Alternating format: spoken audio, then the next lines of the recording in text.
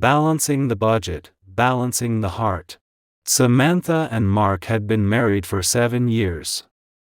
They lived in a cozy 3-bedroom house in the suburbs of Seattle with their 2 children, Olivia, who was 5, and Liam, who had just turned 2. Life was good, most of the time. But lately, something had shifted between them, and it all seemed to revolve around one thing: money. Samantha worked as a freelance graphic designer, and Mark was a mechanical engineer. While Mark had a stable and monthly salary, Samantha's income changed from month to month. This had never been a major issue, until the family expenses began to rise.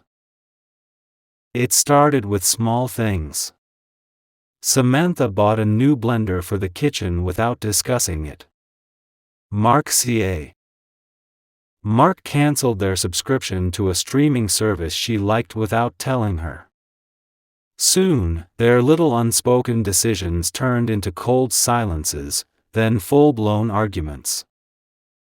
"We need to talk about the budget," Mark said one evening, his voice tired but firm, as they sat at the kitchen table after putting the kids to bed. Samantha rolled her eyes. "We always need to talk about the budget. It's like you're keeping score." "It's not about score. It's about planning. We're spending more than we make, Sam. We need to start making choices together." "I am making choices. I buy groceries, I pay for Olivia's ballet classes, I manage the house while working. Why do I feel like I'm being blamed just because I'm not salaried?" Mark sighed. "I'm not blaming you. But we can't keep pretending that everything's fine. Our savings are disappearing." That night ended in silence. No resolution, no hugs. Just quiet tension.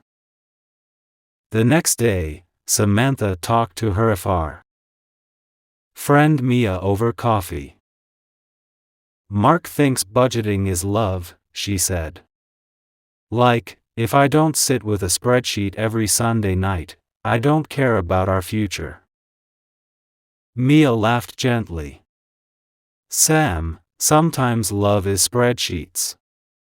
Not because numbers matter more than feelings, but because stability means peace. Especially with kids." Samantha didn't answer right away, but the words stayed with her. A week later, Samantha suggested they go out, just the 2 of them, for dinner. Mark was surprised, but agreed. They left the kids with her sister and went to their favorite Italian restaurant from when they were dating. "Over wine and pasta," she said, "maybe we should try budgeting together. I don't want it to feel like war. I want it to feel like war. I want it to feel like a team." Mark looked relieved. "I want that too. I'm just scared.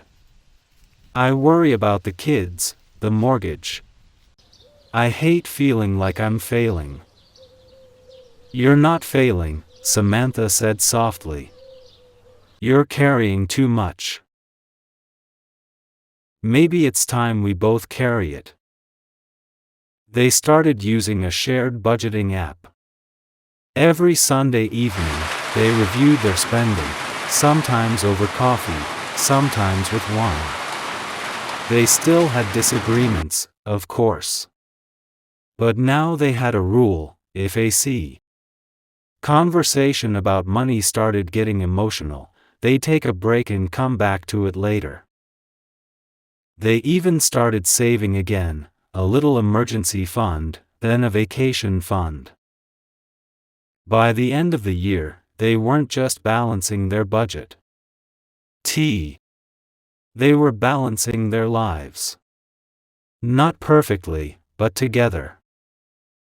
And that, they both agreed, was worth more than any number in their bank account.